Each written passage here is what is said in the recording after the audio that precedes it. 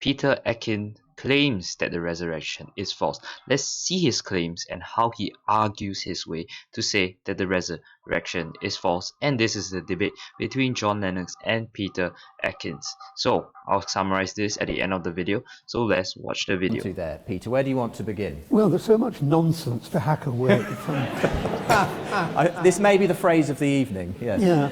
Let's go to what you called the core of your approach, which is the resurrection of Jesus.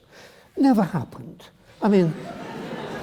Well, that's an assertion, Peter. What about some evidence? Well, what about some evidence that it did happen, other than people who are writing Gospels of 80 years later than the event that they purport to be talking about? No, of course it didn't happen. How could it happen? And science, I think, could even go so far as saying it simply could not happen. When you've got a dead body, it's decaying straight away. There's no way that it's going to reconstitute in some way. It's absurd. And I accept that it is the foundation of Christian faith. That doesn't mean to say that it's true. And so let's dismiss that as something that simply has no evidence whatsoever of any credible Before we nature. dismiss it, let's hear a response from John, because obviously this is an important issue. What counts as evidence and what are the assumptions and indeed, we make? I suppose you would argue that science cannot explain the resurrection. Well, I wouldn't quite argue that way. I would say that science cannot forbid a resurrection, because you see, science proceeds on discovering the regularities to which nature works and has done a very impressive job. And the fact that we know that dead bodies don't normally rise, that is a law of nature in that sense, means that we recognize something very special happened, if it did happen. Now, there are two issues here. First of all, there's the in-principle one, which always ends up in talking about David Hume, who said that miracles are violations of the laws of nature. And I do not believe they are. That's point number one, and I can go into that if you like. Do you want me to? Do you want to believe? Well, we might as well, since you raised it. Well, you've got to define a miracle.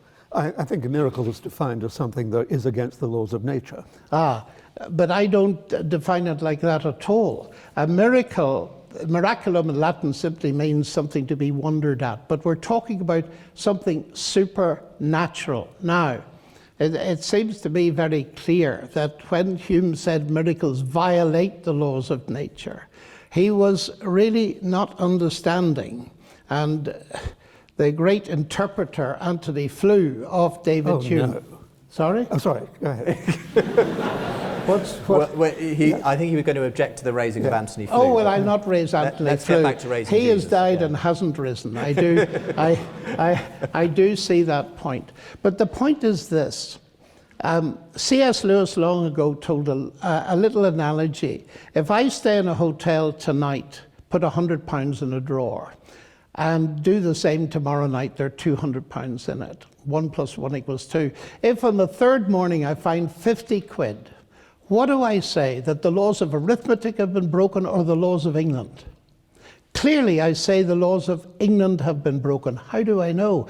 Because the laws of arithmetic have not been broken. It's our recognizing of what normally happens that helps us to see an exception. Now, if I were claiming that the body of Jesus rose from the dead by processes, natural processes going on in the grave 5 minutes before we happened, yes, that would be wrong.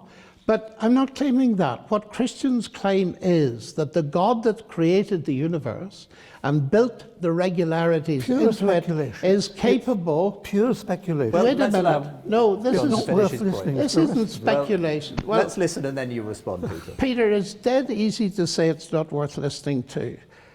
You tempt me to say that about some of the things you say, but I'm not going to do that.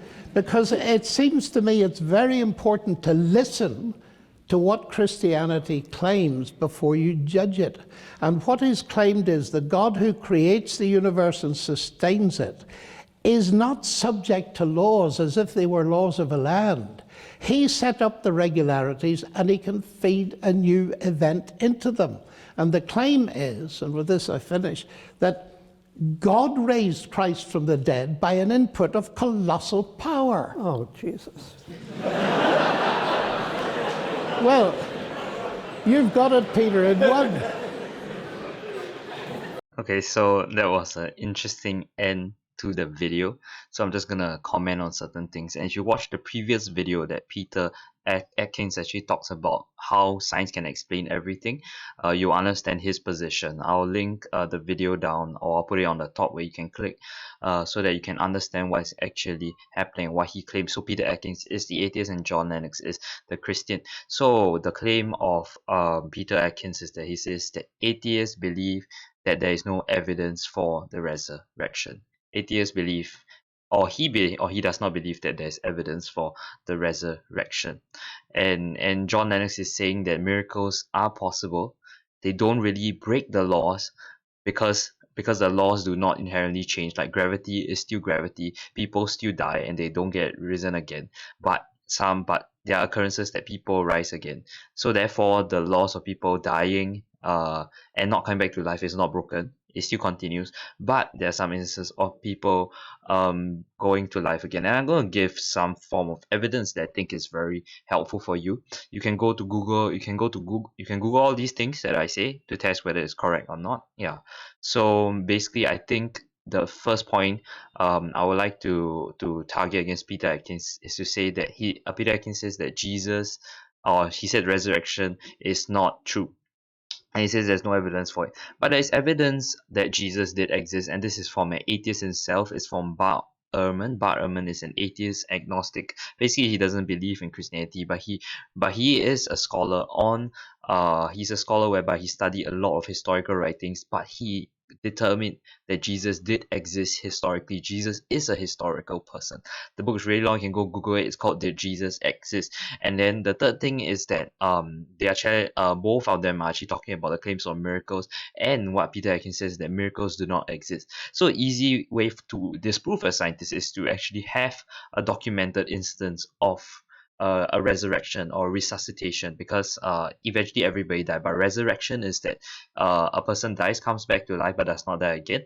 But resuscitation is that somebody dies, comes back to life, but because he's a human, he dies again.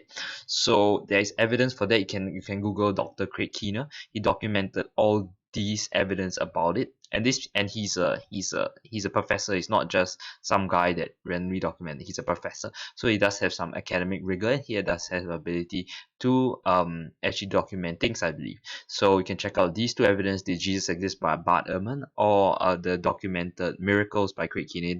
He didn't just document resuscitation, but documented miracles. So if you like videos like this, don't forget to like, subscribe, and share, especially those Christians. If you help me by liking, commenting, and subscribing, you help me against the atheists that actually dislike my videos. So thank you so much, and I'll add more videos about Peter Atkins and John Lennox debating, and I'll see you in the next video.